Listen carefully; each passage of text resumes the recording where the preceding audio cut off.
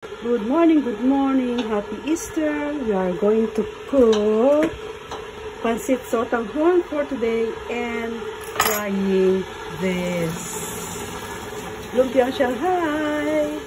Ayan ang mga ingredients, of course, onion, garlic onion, celery, carrots, and this cabbage, and of course this one.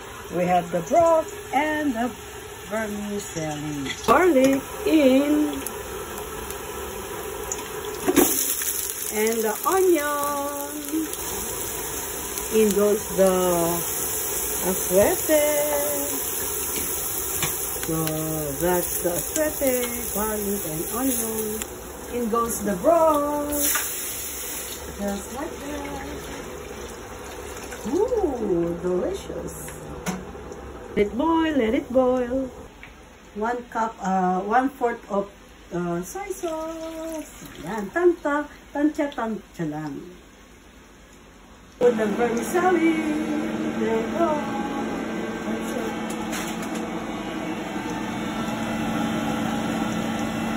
After that, this one.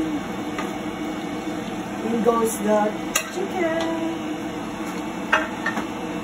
Let it boil and boil. And then there's carrots. There is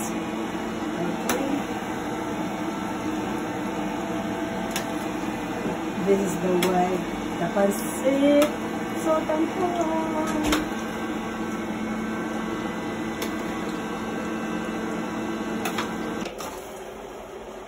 Hello, eto na ang ating sotanghon. Delicious!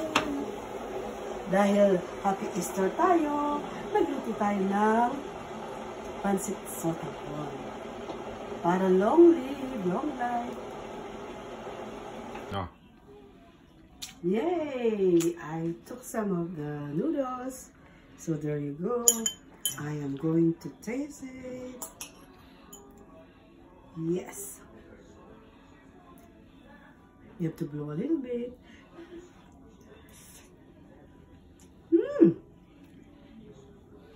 Perfect. Yummy, yummy, yummy. Pancit sotanghon.